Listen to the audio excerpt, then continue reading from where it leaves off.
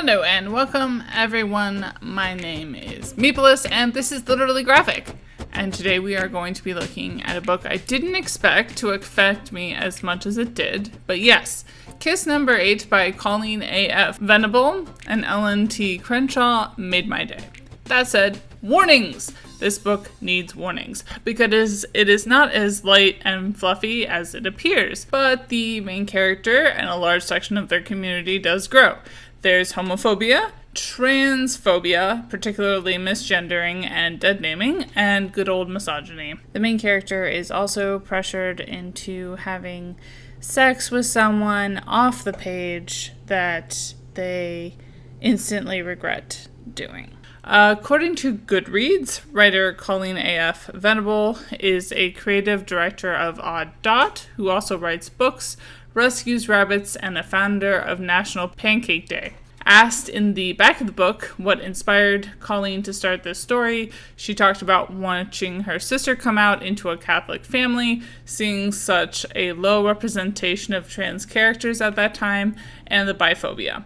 From this, I deduce that this is not really own voices, but in this case, she has clearly done her research, and I found the sexuality journey of the main character to be very on point to my own experience, although I was much more of an anxious homebody. Illustrator Ellen T. Crenshaw lives in California with her husband, cat and dog, works with First Second Books, Audible Originals, HarperCollins UK, The Nib, Highlights Magazine, Beer Advocate Magazine, and Fable Vision Studios. She has been nominated for the 2019 Russ Manning Award, longlisted for the 2019 National Book Award, and winner of 2020 EGL Award, Best in Young Adult Graphic Literature, Fiction, and the Mosaic Award. Clicking back to Goodreads, their description of Kiss Number 8 is as follows. Amanda can't figure out what's so exciting about kissing. It's just a lot of teeth clanking, germ swapping, closing of eyes so you can't see that Godzilla-sized zit just inches from your own hormonal monstrosity. All of her 7 kisses had been horrible in different ways, but nothing compared to the awfulness of that followed Kiss Number 8, an exploration of sexuality, family, and faith. Kiss Number 8 is a coming-of-age tale filled with humor and hope.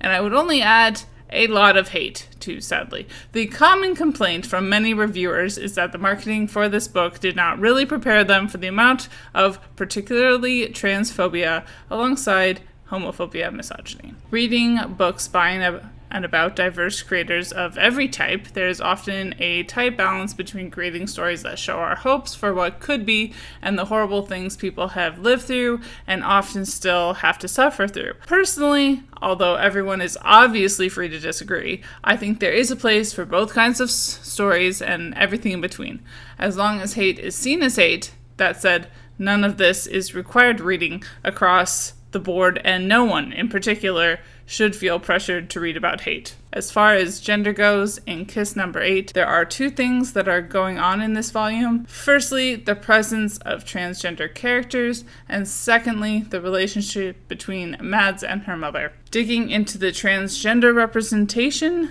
as the main character, Mads, is not herself going through this particular story arc, I would definitely say that the level of misgendering and dead naming that goes on does render this book something I would only hesitantly recommend to people who are going through their own journey and struggling with hate in this department.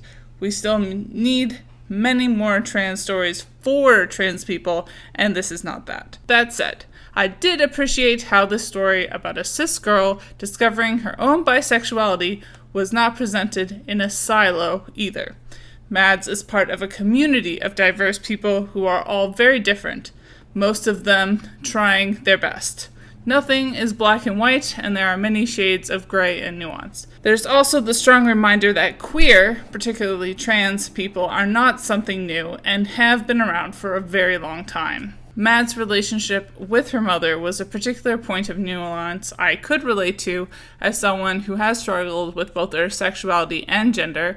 My relationship to how I was told I was supposed to present was difficult. It's a nuance that I really enjoyed seeing in there, even as my relationship to things traditionally feminine is much more relaxed now that I know myself better and I'm surrounded by people who support me being me. Similarly, Amanda's relationship with her mother becomes much more relaxed, and they can certainly relate a lot better to each other as Amanda discovers more about herself and things that she had been perhaps avoiding up until that point. Another big theme in the book, sexuality, is presented in many positive ways throughout the volume. Similarly to the transgender representation, there are some characters who are initially homophobic and change, as well as some characters who hold on to their homophobia throughout. As someone on the bi/pansexual spectrum, I really appreciated the extra step that Venable went to have positive bisexual representation, as it is still so needed.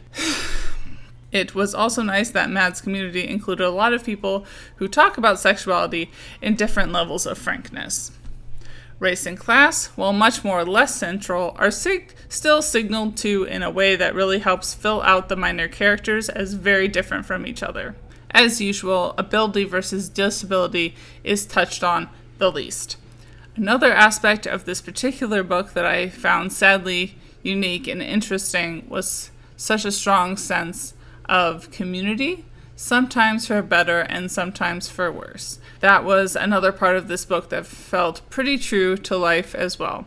One of my goals right now is aiming towards community and less about strict individuality. The representation of religion was also well handled in this particular volume. Obviously, there's a lot of homophobia in the church, and the Catholic Church, which appears to be the church in question here, is no exception. That said, there are many parts of various churches that are not, my personal church included, and the representation in media does often lead towards the former rather than the latter. That said, it wasn't like everyone in the church was super affirming either. I guess I appreciated the fact that we got to see how many characters related to their church, and then how they reacted to Mad's sexuality.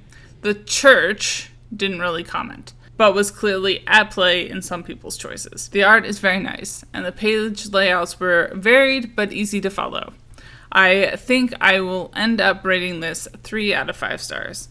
Bye y'all, keep reading and resist white supremacy. And as always, Literally Graphic is recorded on the traditional territory of the Mississaugas of the Credit First Nation and Anishinaabe people, the Haudenosaunee Confederacy, and the Huron-Wendat Nation.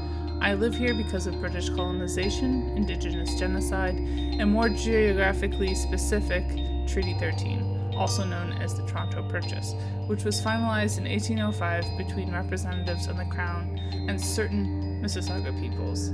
This treaty was a lie and has since been broken many times over. Saying so reflects only my own small steps towards knowing the truth and does nothing for reconciliation.